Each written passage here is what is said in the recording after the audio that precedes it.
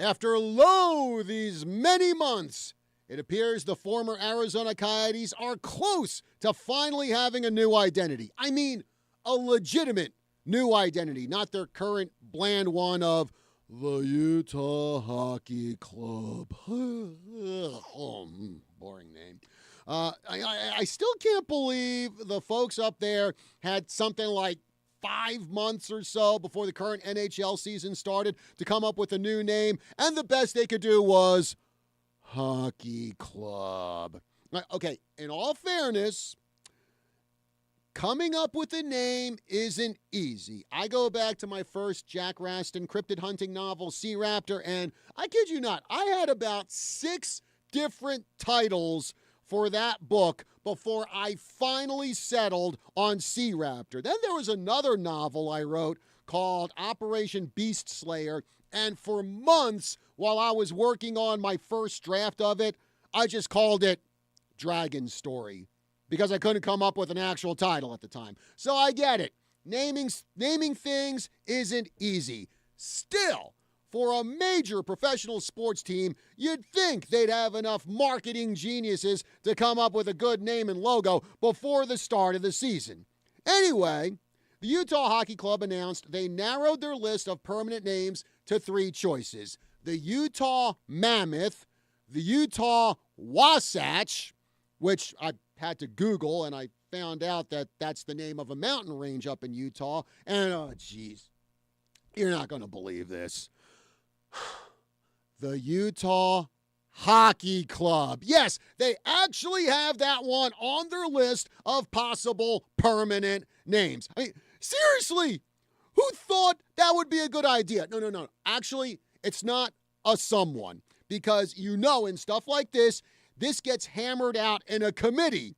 So there were a bunch of people who thought, yeah, let's keep this bland, generic name on our list of finalists. And, okay, I actually have to go back and correct this because Wasatch is out of the running, apparently after there was a whole lot of negative feedback on it, which I can totally understand, and I don't have a problem with it because I'm not a fan of that name either. In fact, when you think about it, I think it most likely for anyone living outside of Utah, they'd go, what the heck is a Wasatch? Actually, there are probably people who actually live in Utah who probably would wonder what the heck is a Wasatch. So Wasatch is out. They replaced it with Outlaws.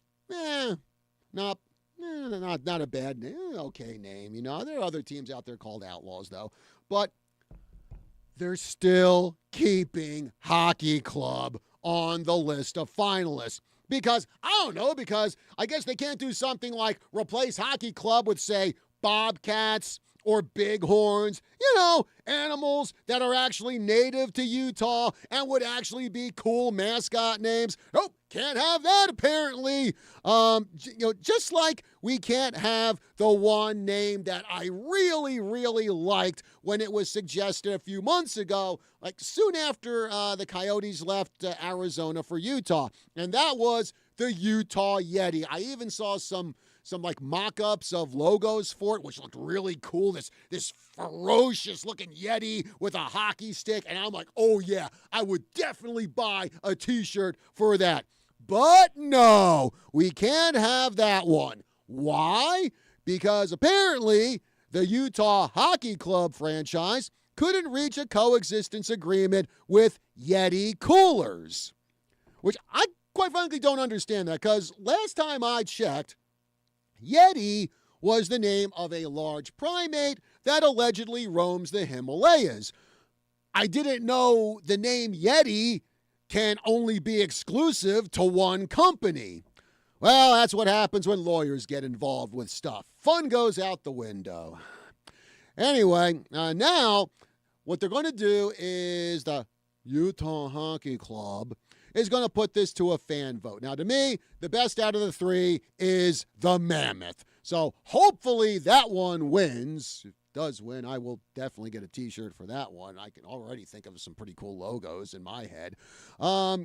But again, I mean, you want to talk about just some lackluster names for this campaign here, and I just still can't get over the fact that they actually want to keep Hockey Club as a possible permanent name. Honestly, it would be like me calling my book Sea Raptor Underwater Monster Book. Oh boy, yeah, that title really grabs you. But then again, it's part and parcel with what we're seeing in professional sports these days, where you have people in positions of power and responsibility who should not be there in the first place. Perfect example, Rob Manfred of Major League Baseball. You look at all the rule changes that have happened under his reign that have absolutely turned MLB into a pathetic joke. Well, John, you know that the Players Union went along with those rule changes. Yeah, well, you know what? The MLB Players Union, they suck too. And then, of course, you have Roger Goodell, and he's had all kinds of public relation disasters with the NFL, starting with the whole Colin Kaepernick kneeling during the national anthem debacle. Probably a lot of fans still haven't come back to the league after all that. Then you got Adam Silver, who let the NBA get, I think, way too involved in politics instead of keeping it apolitical like it should be, since your sports league appeals to, like, everyone, not just people of certain political persuasions.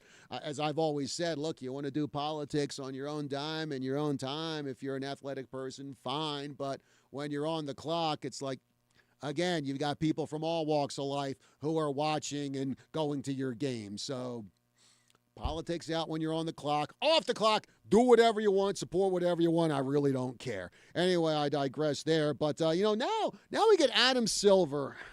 He's saying he would actually like to see quarters in the NBA reduced from 12 minutes to 10 minutes because he wants to be more in line with other basketball leagues around the world, since the NBA is trying to, get more established on the global stage. And, how about this? How about those leagues do their thing and the NBA can do its own thing? Because 12-minute quarters have worked fine for the NBA for decades. Why change now? If it ain't broke, don't fix it. Stop meddling with things, man. Now, I'm not saying nothing should ever change, but you got to ask yourself, is this change for the better, or is it change just for the sake of change? Because, it's current year and we've got to do things differently because we got to do things differently. Oh, man. When are we going to have competent, innovative people start running these sports leagues instead of the current crop of morons we have now? Oh, man. Anyway, folks, 928-541-1016, number to call here on the Tri-City Sports Roundup. Again, 928-541-1016. And, hey, don't forget, coming up next Sunday on February 9th, on our sports station, 1450 AM, the team, KNOT, Super Bowl 59. Yes, we'll have that for you on KNOT, our other station. It'll be, of course, the Philadelphia Eagles against, I don't know, some other team in the Midwest. Who cares who that is? All right, it's the Kansas City Chiefs. I guess everyone knows who I'm going to be rooting for in this one. All right, folks, break time here on the Roundup. When we come back, we're going to be talking Prescott girls soccer. Oh, sorry, I got to say this right. The number one ranked Prescott girls soccer team. Hey, they worked hard to earn that title, so I can't deny them that. Anyway, I got Paul Campazano, head coach, in here, and I got two of his players. I've got Alana Gilray. I've got Violet Williams, so we'll be talking about their season, especially their success this week up in the windy and bitter cold frozen tundra of Flagstaff, where they actually came away with 2 wins up there. So we'll get to that after this break. We'll be back right after this.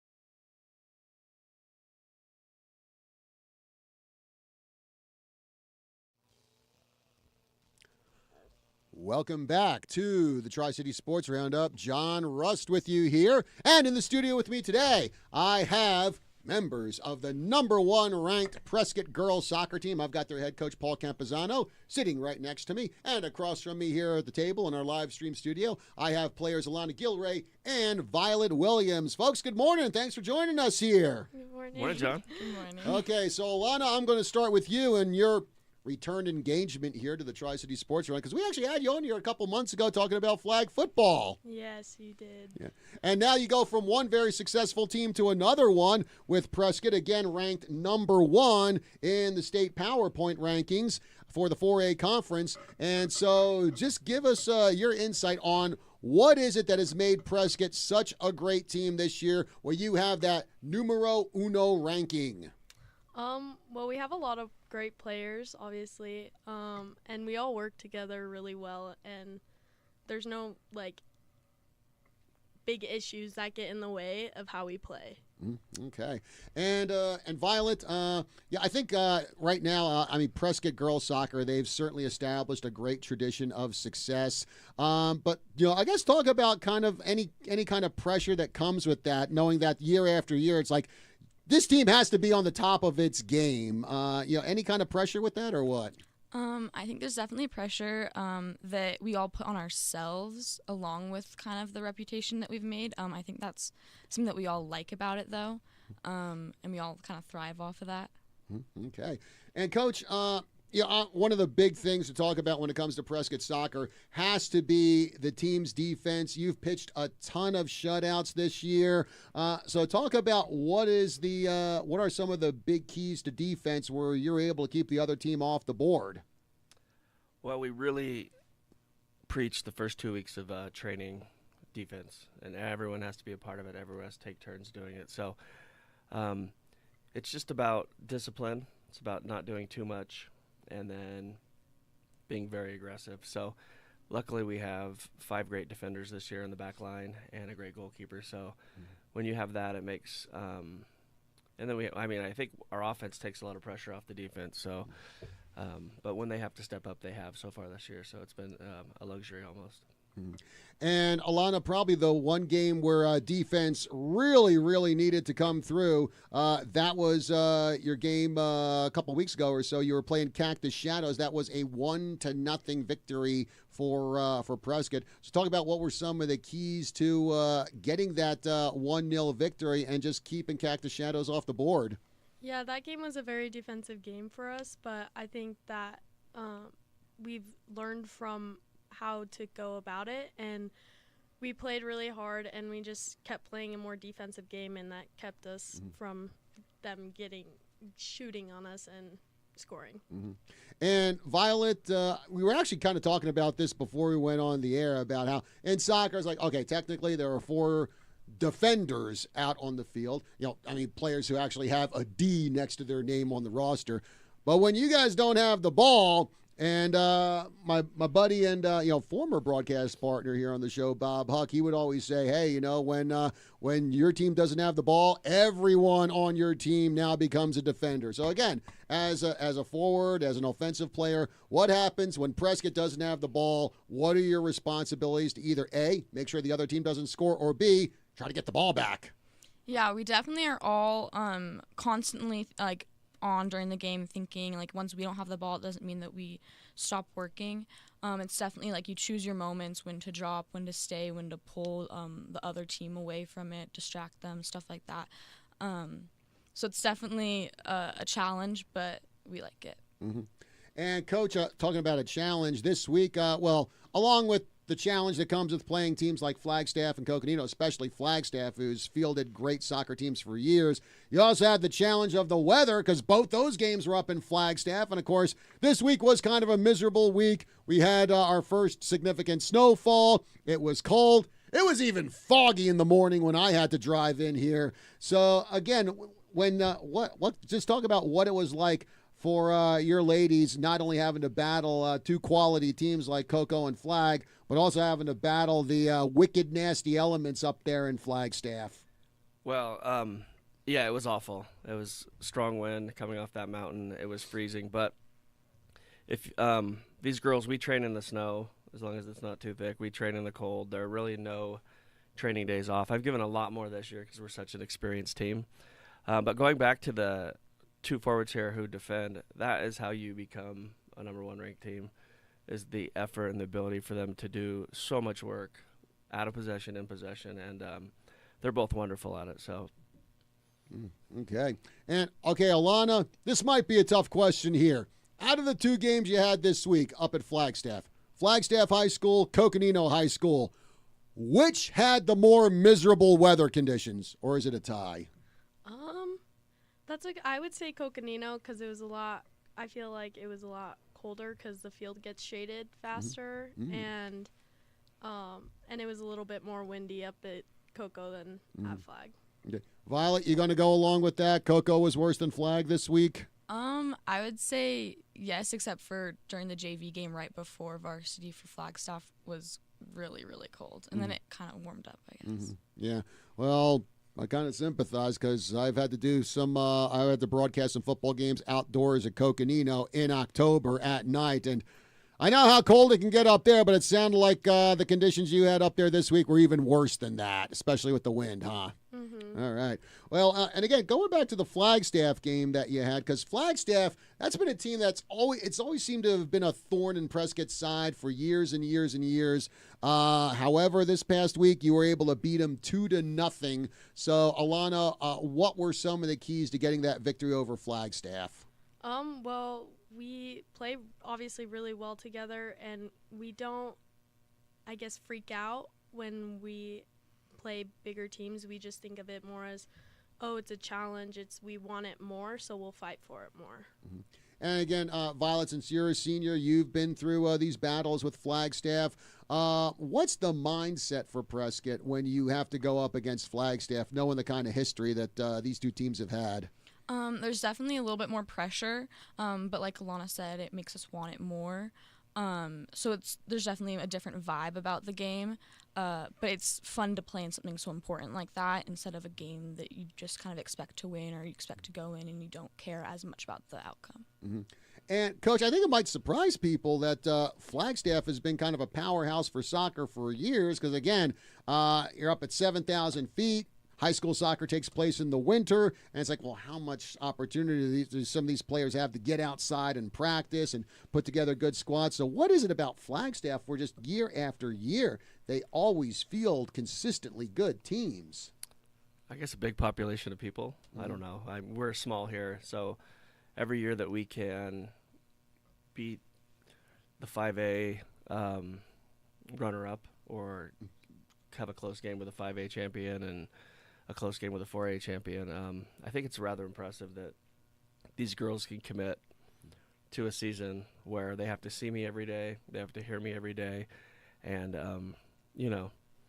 it's amazing that they can then, like Violet was saying, the bigger the challenge this year, they all rose to the occasion. I mean, actually, that Flagstaff game was probably the first time in my coaching career that we just dominated the game from start to finish. So it was and I kind of get that vibe, that feeling right at the kickoff where I'm like, oh, we're going to be fine today. And I just sit down and, let them do their thing. So it's fun to watch for sure.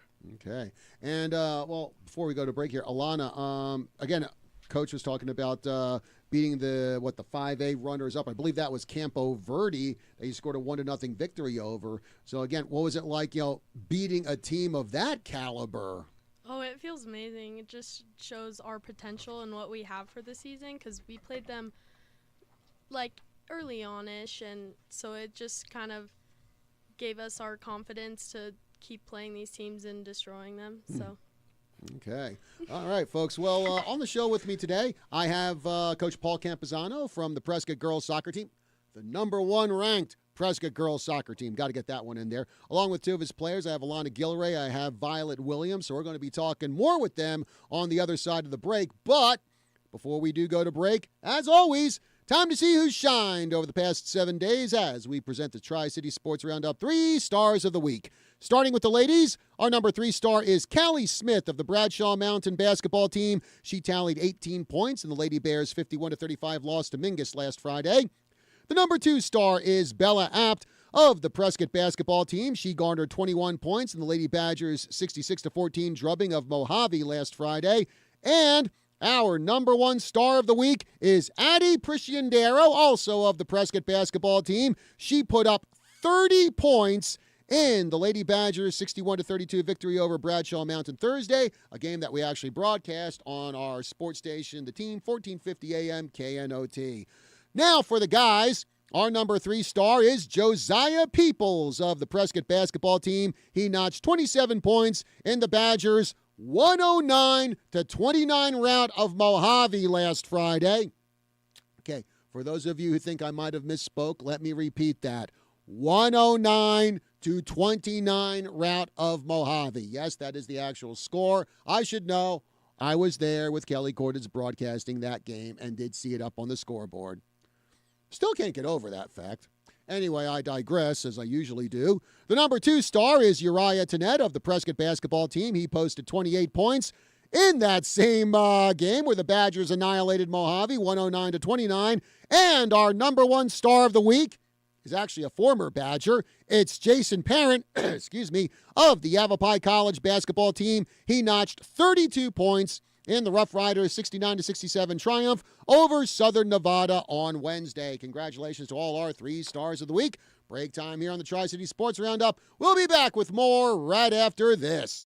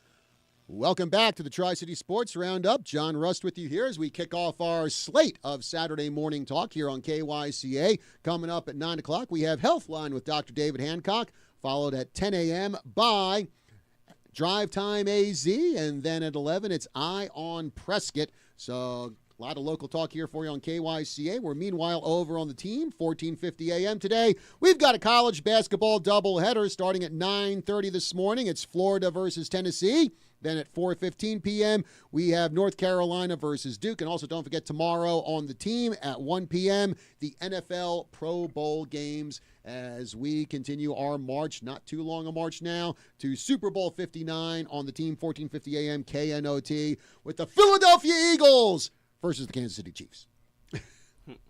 I'm sorry. I can't help it. My bias is showing here. All right, folks. Well, in the studio with me today, we're talking to members of the #1 ranked Prescott girls soccer team. We got their head coach, Paul Campazano, with us, and along with two of his players, Alana Gilray and Violet Williams. And, of course, when we come back from our second break on the show, you know what it means whenever we have local athletes in. And I didn't tell them about this before we went on the air, so this is going to come as a surprise. Well, Alana, you were here before for flag football, so I think you know what's coming. Mm-hmm. This is going to be a surprise for Violet. Oh, boy. No. And the look on her face, like, what did I get myself into? Well, it's lightning round, and we're going to be asking Alana and Violet some questions about their teammates. And since Violet is taken completely by surprise by this, I'm going to start with her. Why? Because I'm not a very nice guy. That's why. Okay, so Violet, are you ready? Yes. Are you saying yes just to make me feel good, or okay? So, Violet, who on Prescott would you say is the best dressed player? Who is the Lady Badger fashion plate? Katie. I was gonna say that. Okay. Now, Alana, who on Prescott would you say is the funniest player on the team? The absolute team comedian. There's so many options because of just our bus rides. Oh, but yeah. I mean, I guess Mallory, because she just says a lot of things out of pocket. So yes. Okay, so your goalkeeper, Mallory Yes. Walsh, so she gets it. Okay. Violet, on the opposite end, who would you say is probably the most serious player know this on Prescott? Maggie. Oh, Maggie Manili. Yes. I'm pretty sure we said the same one for Yeah. flag football. Probably. Miss INT for flag. What did she have, like 22, 24 interceptions? This is some insane number. Okay, now, Alana, who on Prescott would you say is probably the most talkative player? The player who, if I did an interview with them, I'd be like, I'm going to be here forever. She just won't shut up. I'd probably say Delaney. Yeah, that's Oh, Delaney Courtney. Yeah. Okay. All right, Violet, opposite end. Who is the quietest player on the team? The player who, if I did an interview with him, I'd be lucky to get maybe 3 words out of him. Lexi. Oh, okay. And finally, Alana. This is always the fun one. Which player on Prescott can eat the most in one sitting? Oh, goodness. I don't know. I don't know. Was like a multiplayer toss-up here or something? Well, like The whole team, yeah, honestly. like after when we get food, everybody's eating everything. The restaurant employees hate Yeah. us. So what? Did they see Prescott girls soccer walk in and like, okay, we're going to be running out of food by the end of the Yes, night? Pretty much. Yes. Yeah, was it 86 this one and 86 that one? Oh man! All right, so anyway, Coach, as you prepare for the playoffs, just 2 weeks away here. You only have 2 more games left in the regular season coming up Tuesday. You've got Bradshaw Mountain. A couple days later, you finish the season at Lee Williams High School.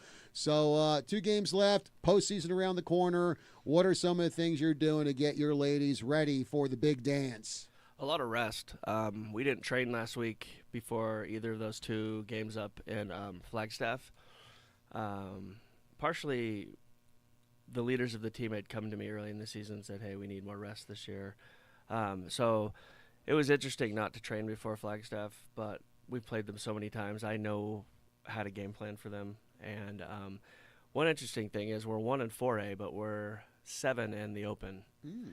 So we're the highest 4A team. I think it's all 6As, Notre Dame Prep, and then us. So there's an interesting challenge there because we would love to win 4A, but if we win 2 games in that Open, then we're stuck in it. And there's some monster teams, Perry and some others that are just – it's a different animal, those teams, because, giant girls – handpicked from the 5th largest city in the country. So we could beat them, but it would be a different animal than just staying within the 4A and seeing what kind of success we could have. Okay. And, well, speaking of success, of course, 2 players across from me have had success in other sports along with soccer. Like I said, Alana, we had you in here for flag football a few months ago. So tell us, what made you decide that for your senior year you wanted to go out and try out for this brand new flag football team? Just to try something different and have a different experience, and it was my last year, so I said why not. And well, it certainly did pay off for you getting a state runner-up, didn't Right. it? Yeah, it definitely did pay off. So along with flag football, along with soccer, any other sports that you've played at Prescott or played throughout your life? No, but I've been thinking about doing track. Okay. let me guess, you've been trying to talk her into that, Violet? They all have. Well, speaking of track, Violet, you've, of course, had loads and loads of success for track and field. And when I mean loads and loads of success, I ain't kidding, because you were actually on a couple of state champion relay teams for Prescott. So just talk about what that experience was like, being able to be up there and hold up those first place medals. So track is obviously more of like a single person sport, like you have your big team, but I kind of I love the team aspect from soccer, and so being able to be on a team in track is wonderful, and I have my 3 other relay mates to share that with, and so being up there with them is more special than if I was just up there by myself. Mm-hmm. And how much you looking forward to? Well, I mean, obviously you got soccer still on your mind. Let's not jump ahead, John. Yeah, I know. But so like beyond soccer, I guess you're going to be looking forward to track and field then, huh? Yes, hopefully the weather is good.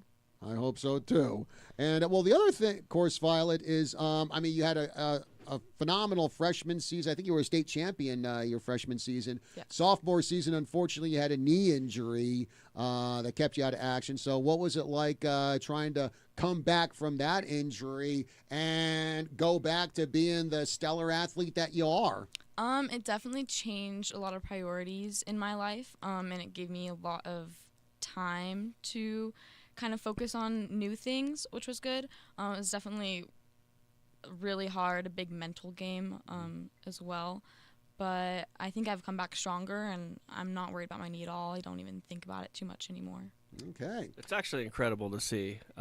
We had a talk when she came back her junior year, and she's like, nope, I'm playing. And then I watched her score the second goal. She scored them both, but the second goal she scored at Flagstaff, she's running full speed at the keeper. The keeper's coming out toward her, and not for a second, I think, in her mind did she think, I'm not going to win this ball and score. So her, like she was saying, it's a mental to recover from an injury, but wow, how she's recovered. I don't think you'd notice that she had a knee injury at any point in her life. Yeah. And I think that's the other thing when it comes to injuries like that, because I've seen interviews with other athletes when they have a really serious injury and they come back, and I think just being human, there's always that thing in the back of your mind, well, maybe I need to take it easy here, because if I go all out, I can get injured again. But what I've heard some of these athletes say is that, when you try to be extra careful out on the field, your chances of injury actually increase instead of just going out there and playing like you normally do. Violet, I see you shaking your head. So you agree with that? It's the indecisiveness that, like, you want to go one way, but then you go the other way. That's when it kind of happens. So running at the keeper, that's how I tore my ACL, like a collision with the keeper. And so whenever I'm doing that, it's all or nothing. Like, I'm not going to do it if I'm not going to, go through with it. Otherwise, that's where the problems could happen. Mm-hmm. And Coach, I'm sure you've seen that with other athletes before, of them saying, "Oh, I've been injured. Maybe I need to hold back a little more." And like I said, what do you say in situations like that? Well, I'm complete. These are kids, so I'm completely supportive. Violet and I, like I said, we had this wonderful talk. Are you going to wear a brace? I don't know. I said, what do you need from me? And then after a few minutes, she's like, all right, I'm just going to play. Treat me like I'm 100%. And I'm like, okay. And so, yeah, I have witnessed other people struggle with that healing process. And so I kind of allow them to do it on their own timeline. But it was just incredible to see. Like I said, I didn't see her hurt her knee, but I heard about it. And then watching that play from the sidelines, I was like, oh, no, stop, don't run. And she just got to that ball. 2-0 was huge for us. It killed any effort Flag had to come back in that game. But just to watch her, it was absolutely incredible to know she's not slowing down. So, yeah. And well, again, we talked in the first half of the show about the miserable weather conditions up there in Flagstaff, and again, back-to-back games up in first against Flagstaff and then Coconino. As miserable as those conditions were, Alana, I would imagine they probably weren't the worst conditions you've ever played in. So what was probably the worst weather condition you've ever played in your soccer career? That's a good question. Probably here home when, like, last year I think it was just snowing and snow's covered around all the field and it's windy and it's just freezing cold and it's hard to run in the cold. So Yeah. I would imagine hard to kick a ball too, because I've seen a couple of soccer matches in the snow where you kick the ball and it rolls about 5 or 6 yards and then stops dead. yeah. Yeah. Violet, what about you? What are probably the worst weather conditions you've ever played in? I'm kind of the other way. I hate playing in like the heat, like super super super hot. So like 110 degrees in Phoenix, August, like that's probably the worst. Of course, any super super windy game is gonna suck. Yeah.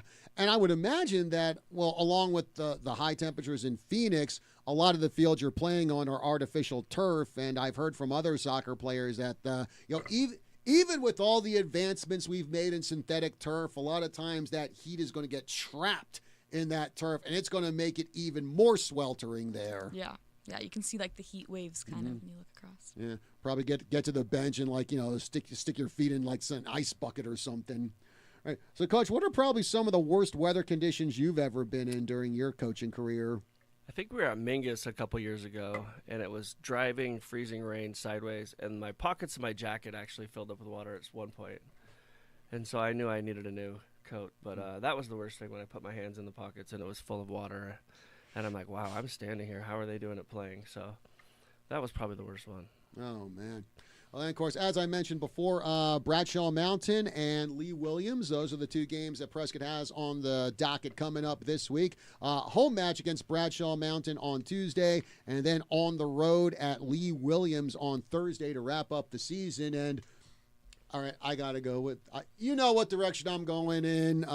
Regular listeners on this show, whenever I bring up Lee Williams, because it's a subject that interests me because I'm into all that weird stuff. So, Alana, Lee Williams has a reputation of being the most haunted high school, or one of the most haunted high schools in the nation. And I'm sure you've been to Lee Williams a couple times in your career.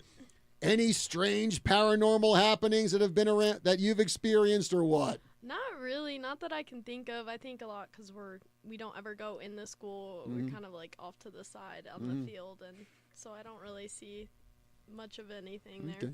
Violet, what about you? Have you heard any weirdo stories about hauntings at Lee Williams, or what? No. Their field is probably haunted because it's just not our favorite field to play on. It's but horrible. Inside the school, I have not. Yeah. So what makes the field so bad, Coach? It's not flat.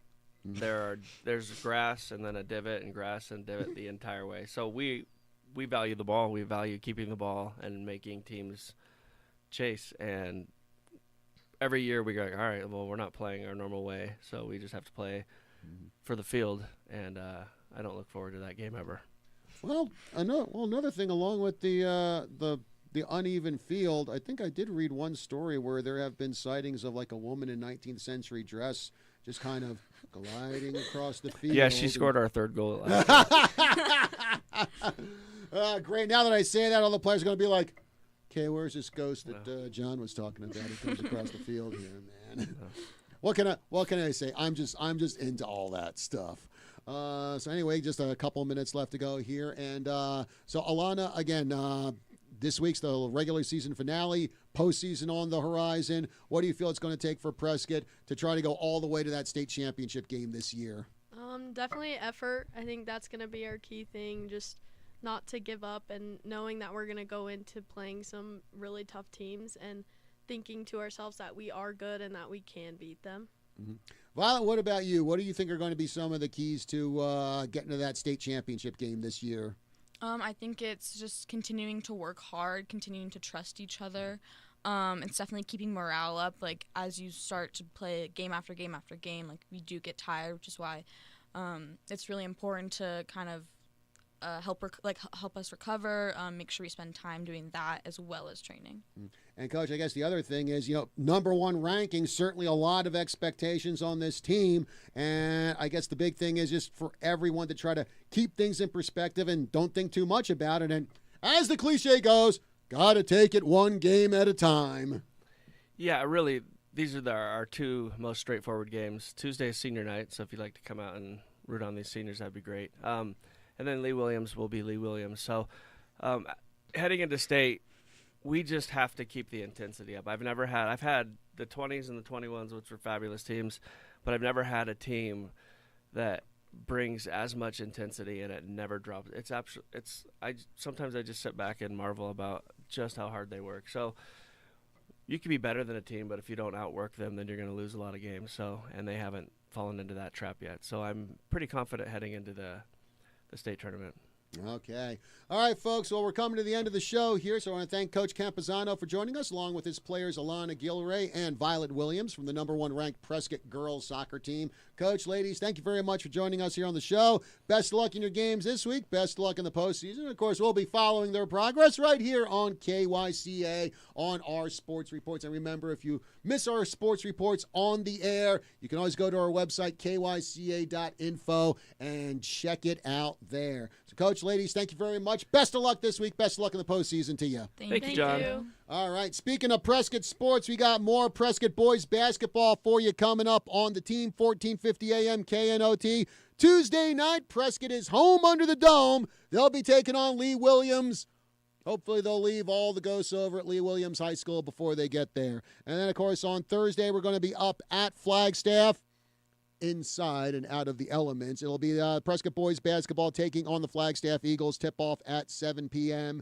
Again, college basketball on the team this morning. We got Florida versus Tennessee at 9:30 a.m., North Carolina versus Duke at 4:15 p.m. So you can get your college basketball fixed today over on the team, 1450 a.m. KNOT. All right, folks, again, that is going to do it for the Tri-City Sports Roundup. Thank you very much for joining us here on this Saturday morning, and we will see you again next week.